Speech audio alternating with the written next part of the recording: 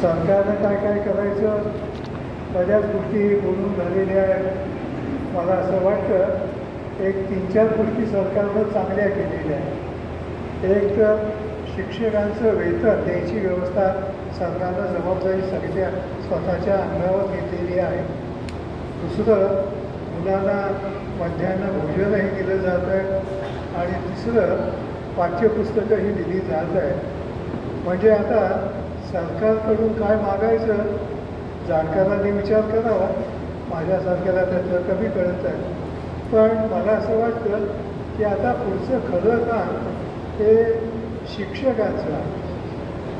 आपल्याला किमान सोयी उपलब्ध झालेल्या आहेत, पण शिक्षणाची गुणवत्ता कशी वाढेल, शिक्षण ज्या थरापर्यंत जायला पाहिजे आहे, ज्या दर्जाचं जायला पाहिजे आहे, ते देण्यासाठी शिक्षकांनीच आता हे आपलं जीवित कार्य आहे असं मानलं पाहिजे. करणारे ते आहे. बाकीचे संस्थाचालक, सरकारी अधिकारी, सगळे नोकरशाही यांना या बाबतीत करण्यासारखं फार काही नाही. ज्या गोष्टी त्यांनी करायच्या त्याबद्दल बोलत राहावं आपण. पण जे मुख्य काम आहे विद्यार्थ्यांना चांगलं घडवायचं, त्यांच्या अंगी असलेल्या क्षमतांना पुरेसा वाव उपलब्ध होईल असं वातावरण तयार करायचं, जमेल तेवढं त्यांना मार्गदर्शन करायचं, हे काम शिक्षकांनीच केलं पाहिजे. आणि म्हणून या कामात शिक्षकांनी काय आपण जास्तीत जास्त चांगलं करू शकू या दृष्टीनं विचार केला पाहिजे. आणि मला असं वाटतं की शिक्षण हक्क परिषदेनं याकडे ही जी विधायक बाबू आहे, काही वैज्ञानिक संघर्ष आणि रचना दोन्ही महत्त्वाचे मानले होते. संघर्ष करावा लागला, शिक्षणाच्या काही जबाबदाऱ्या सरकारनं घ्याव्या याच्यासाठी. पण रचना शिक्षकांची गुणवत्ता वाढ, विद्यार्थ्यांची गुणवत्ता वाढवण्यासाठी शिक्षकांनी अधिक डोळस आणि जागरूक होणं या दृष्टीनं जे काही करायचं आहे ते आता ठिकठिकाणच्या शिक्षकांनी करायचं आहे. आपण इथं आलेले शिक्षकही आहात, कार्यकर्तेही आहात, तेव्हा या दृष्टीनं आपण जास्तीत जास्त प्रयत्न केले पाहिजे असं मला नम्रपणानं सुचवायचं आहे. आपल्या सगळ्यांचं मी मनापासून स्वागत करतो. जय हिंद. धन्यवाद भाऊ. शिक्षण हा हक्क आहे आपला. शिक्षण हा हक्क आहे आपला. द्या समान संधी प्रत्येकाला. ज्ञानाने उजळेल भविष्य सुंदर. उचलूया एकत्र पुढचा टप्पा. उचलूया एकत्र पुढचा टप्पा. या अधिवेशनाचे उद्घाटन आदरणीय उद्घाटक माननीय मेधाताई पाटकर यांना मी विनंती करते की त्यांनी पिंपळाच्या रोपाला पाणी करून घालून या अधिवेशनाचं उद्घाटन करावं. सर्वच मान्यवरांना विनंती आहे की त्यांनी पिंपळाच्या रोपाला पाणी घालून अधिवेशनाचं उद्घाटन करावं. सिद्धार्थ गौतम म्हणजेच गौतम बुद्धांना अनेक वर्षे कठोर तपश्चर्या करून बोधगयेमध्ये पिंपळाच्या झाडाखाली ज्ञानप्राप्ती झाली. अहिंसा, करुणा आणि समतेचा संदेश देणारे गौतम बुद्ध एक महान विचारवंत आणि समाजसुधारक होते. त्यामुळे ज्ञानप्राप्तीचे प्रतीक असणाऱ्या या पिंपळाच्या रोपाला पाणी घालून आजच्या या अधिवेशनाचे उद्घाटन संपन्न होत आहे. या ठिकाणी प्रमुख अतिथी डॉक्टर अभिजित वैद्य, MS पाटोळे सर, कार्याध्यक्ष शरद जावडेकर, अध्यक्ष प्राचार्य रमेश पाटील या सर्वांच्या शुभ हस्ते पिंपळाच्या रोपाला पाणी घालून अधिवेशनाचं उद्घाटन या ठिकाणी संपन्न होत आहे. थोड्याशा टाळ्यांचा गजर होऊन जाऊ दे.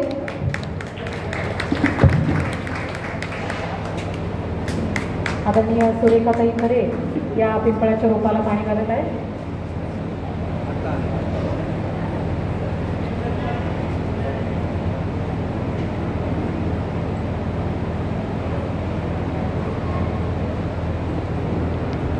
यानंतर प्रमुख अतिथींचा स्वागत सत्कार संपन्न होईल. प्रथमतः शिवाजी सुरवसे यांना मी विनंती करते की त्यांनी आजच्या कार्यक्रमाचे अध्यक्ष व अखिल भारतीय समाजवादी अध्यापक सभेचे अध्यक्ष माननीय प्राचार्य श्री रमेश पाटील सर यांना पुस्तक व शाल देऊन त्यांचा सत्कार करावा. शिवाजी सुरवसे यांना मी विनंती करते.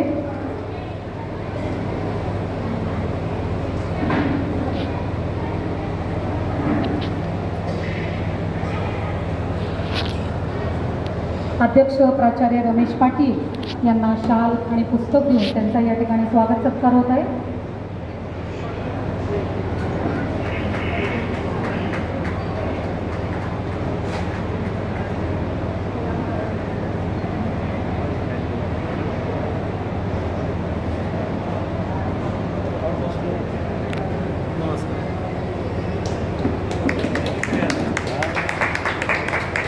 धन्यवाद. रमेश पाटील सरांना विनंती आहे की उद्घाटक माननीय मेधाताई पाटकर यांचा स्वागत सत्कार आपण आपल्या शुभ हस्ते करावा. आजच्या अधिवेशनाच्या उद्घाटक आपल्या चळवळीतल्या कार्यकर्त्या माननीय मेधाताई पाटकर यांचा स्वागत सत्कार प्राचार्य रमेश पाटील सर यांच्याकडून होत आहे. त्यानंतर प्राचार्यांना विनंती आहे की त्यांनी आजच्या कार्यक्रमाचे प्रमुख वक्ते डॉक्टर अभिजित वैद्य सरांचा सत्कार आपल्या शुभ हस्ते करावा. प्राचार्य रमेश पाटील सर यांना विनंती आहे की आजच्या कार्यक्रमाचे प्रमुख वक्ते डॉक्टर अभिजित वैद्य सर यांचा आपल्या शुभ हस्ते सत्कार करावा. शाल व पुस्तक देऊन या ठिकाणी सत्कार संपन्न होत आहे. काशीनाथ बराटे यांना विनंती आहे की स्वागताध्यक्ष माननीय पन्नालाल गौ सुराणा यांचा सत्कार आपल्या शुभ हस्ते करावा. काशीनाथ बराटे सर यांना विनंती आहे की त्यांनी पन्नालाल गौंचा सत्कार करावा. आदरणीय एम.एस. पाटोळे सर यांना विनंती आहे की त्यांनी डॉक्टर शरद जावडेकर सरांचा सत्कार करावा. एम.एस. पाटोळे सर यांना विनंती आहे की त्यांनी कार्याध्यक्ष डॉक्टर शरद जावडेकर सर यांचा शाल व पुस्तक देऊन सत्कार करावा. रमेश पाटील सरांना विनंती आहे की त्यांनी श्री राजाभाऊ महाजन यांचा आपल्या शुभ हस्ते सत्कार करावा.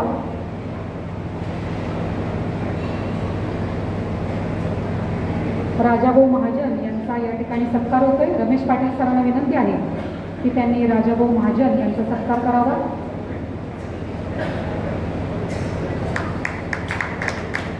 त्यानंतर रमेश पाटील सरांना विनंती आहे की माननीय श्री एम.एस. पाटोळे सर यांचा आपल्या शुभ हस्ते सत्कार करावा. आंतरभारतीय शिक्षण मंडळ कोल्हापूर याचे सचिव माननीय श्री एम.एस. पाटोळे सर यांचा सत्कार या ठिकाणी संपन्न होतोय. आदरणीय शरद जावडेकर सरांना विनंती आहे की त्यांनी काशीनाथ बराटे यांचा सत्कार करावा. श्री काशीनाथ बराटे यांचा सत्कार शरद जावडेकर सरांचे शुभ हस्ते होत आहे.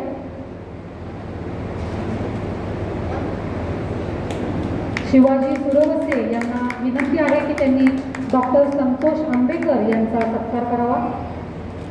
शिवाजी सुरवसे यांना विनंती आहे की त्यांनी डॉक्टर संतोष आंबेकर यांचा सत्कार करावा. त्यानंतर गुंडू पवार यांना विनंती आहे की त्यांनी विठ्ठलराव गोटे यांचा सत्कार करावा.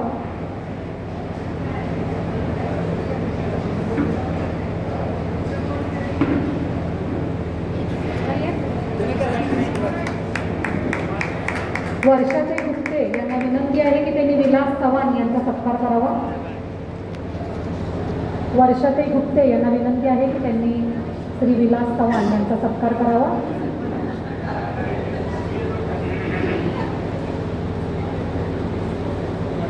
शाल फूल आणि पुस्तक देऊन या ठिकाणी सत्कार संपन्न होतोय.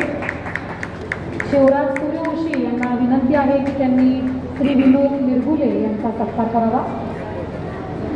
शिवराज सूर्यवंशी यांना विनंती आहे की त्यांनी माननीय श्री विनोद मिरगुले यांचा सत्कार करावा.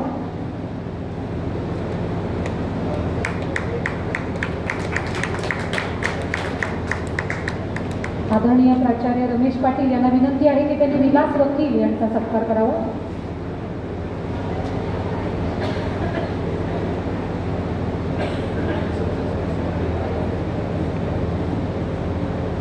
सर्वांनाच धन्यवाद. या भाई वैद्य विचार मंचावरती या ठिकाणी 3 पुस्तकांचं प्रकाशन मान्यवरांच्या शुभ हस्ते होत आहे. सुरुवातीला माननीय मेधाताई पाटकर यांना विनंती करते की त्यांनी आपल्या शिक्षण हक्क मासिकाचं प्रकाशन आपल्या शुभ हस्ते करावं. अखिल भारतीय समाजवादी शिक्षण हक्क सभेचं मुखपत्र शिक्षण हक्क पत्रिका या फेब्रुवारी व मार्च या एकत्रित अंकाचं प्रकाशन माननीय मेधाताई पाटकर यांच्या शुभ हस्ते होत आहे. यामध्ये सर्व अध्यक्षीय भाषण व ठराव या शिक्षण हक्क पत्रिकेमध्ये समाविष्ट केलेले आहेत.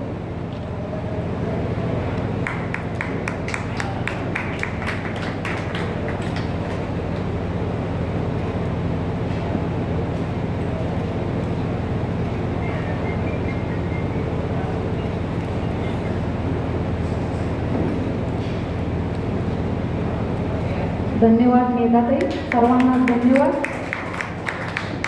यानंतर डॉक्टर अभिजित वैद्य सरांना मी विनंती करते की डॉक्टर शरद जावडेकर लिखित मोदी सरकारचा शिक्षणासाठीचा खर्च ही चिकित्सा या पुस्तकाचं प्रकाशन आपल्या शुभ हस्ते आपण करावं. डॉक्टर शरद जावडेकर लिखित मोदी सरकारचा शिक्षणासाठीचा खर्च एक चिकित्सा भारत सरकारच्या 2014-15 ते 2025-26 या शिक्षण खर्चाची चिकित्सा अतिशय परखडपणानं कार्याध्यक्षांनी या पुस्तकाद्वारे प्रकाशित केलेली आहे.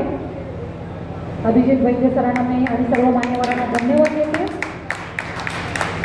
यानंतर माननीय पन्नालाल भाऊ सुराणा यांना विनंती करते की त्यांनी लेखिका सुरेखाताई खरे यांनी लिहिलेल्या समाज सुधारकांवरील वाचनाचा प्रभाव या पुस्तकाचं प्रकाशन आपल्या शुभ हस्ते करावं.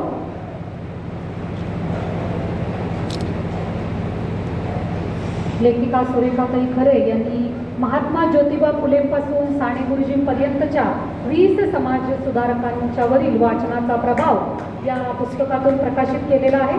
सर्व मान्यवरांच्या शुभ हस्ते या ठिकाणी पुस्तकाचं प्रकाशन होत आहे.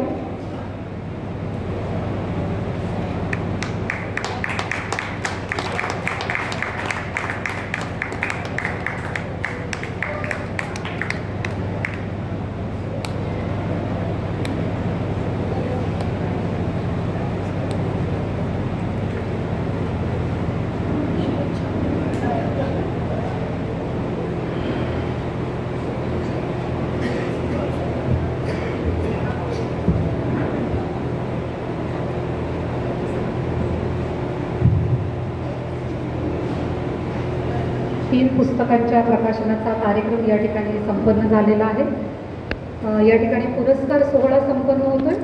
शिवाजीराव खैरे समाजनिष्ठ शिक्षक पुरस्कार हा 9वा पुरस्कार या ठिकाणी आदरणीय सुरेखाताई खरे यांना जाहीर झालेला आहे. त्यांचं आपल्या सभागृहाच्या वतीनं आणि सर्व मान्यवरांच्या वतीनं मी हार्दिक अभिनंदन करते.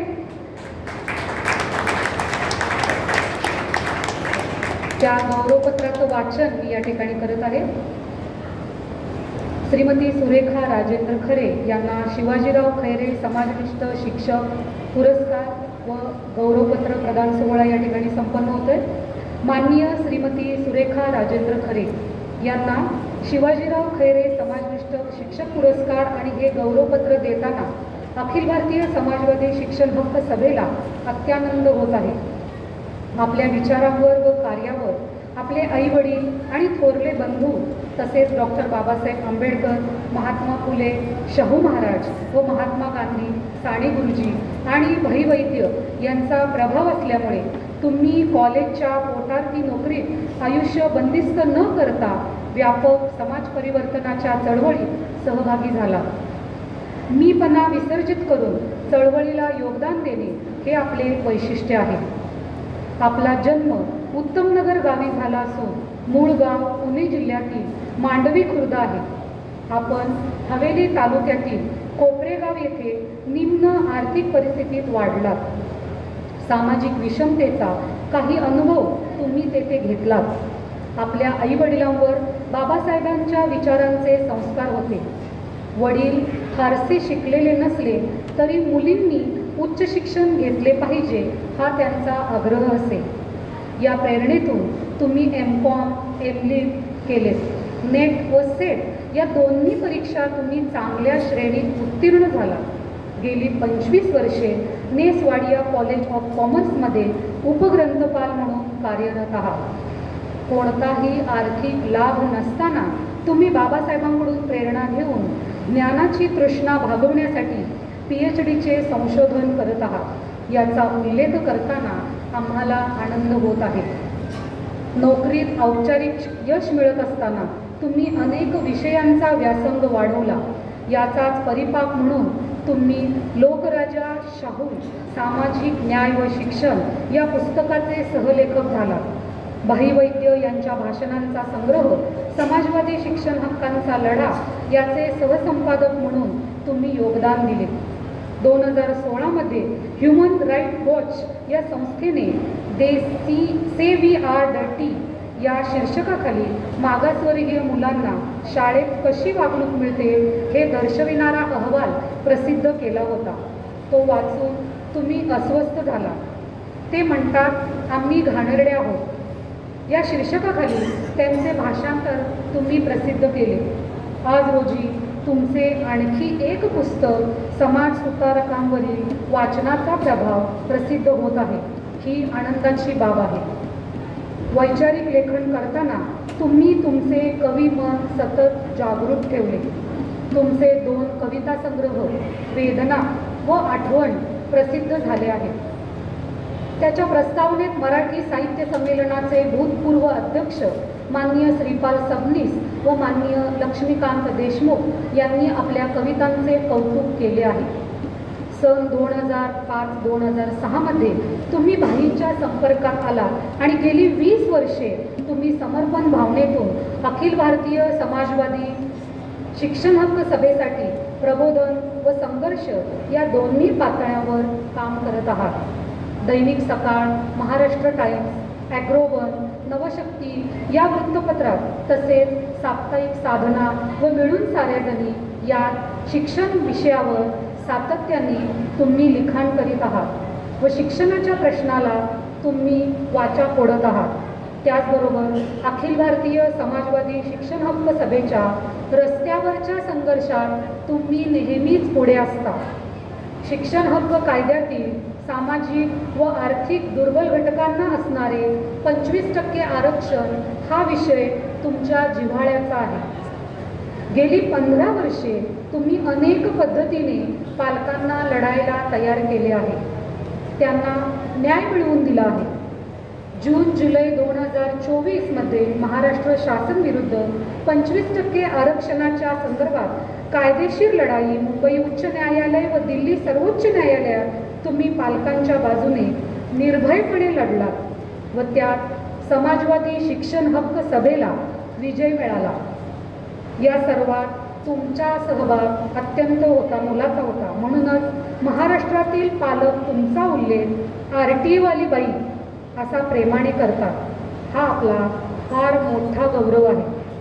आपला हा गौरव करीत असताना श्री राजेंद्र खरे यांची आम्हाला आठवण होत आहे. त्यांच्या सहकार्यामुळे, प्रोत्साहनामुळे व भक्कम पाठिंब्यामुळे आपल्याला शिक्षण चळवळीत योगदान करणे शक्य झाले. आपल्या या गौरवात त्यांचाही वाटा मोलाचा आहे. श्री राजेंद्र खरे यांच्या पश्चात आपल्या दोन्ही मुली चिरंजीव समीक्षा व चिरंजीवी सौम्या यांचाही आपल्याला पाठिंबा व आधार आहे. आपल्या सर्व कुटुंबियांचा या निमित्ताने आम्ही गौरव करीत आहोत. महात्मा गौतम बुद्ध व डॉक्टर बाबासाहेब आंबेडकर यांचे विचार आपल्यासाठी केवळ चर्चेचे विषय नाहीत तर तुमच्या जगण्याचे आधार आहेत. तुम्ही भावनेपेक्षा विचाराला महत्त्व देता. म्हणून वैयक्तिक आयुष्यातील दुःखातून बाहेर पडून तन मन धनाने गेली 20 वर्षे अखिल भारतीय समाजवादी शिक्षण हक्क सभेचे काम करीत आहात व पुढेही करीत राहणार याची आम्हाला खात्री आहे. म्हणून आपला गौरव करणे हा आम्ही आमचा गौरव मानत आहोत. आपल्याला आनंदी दीर्घायुष्य लाभावे ही शुभेच्छा. या ठिकाणी पुरस्कार सोहळा संपन्न होत आहे. माननीय मेधाताई व डॉक्टर अभिजित वैद्य यांना मी विनंती करते की सुरेखाताई खरे यांचा मोमेंटो शाल व गौरवपत्र देऊन या ठिकाणी सन्मान करावा.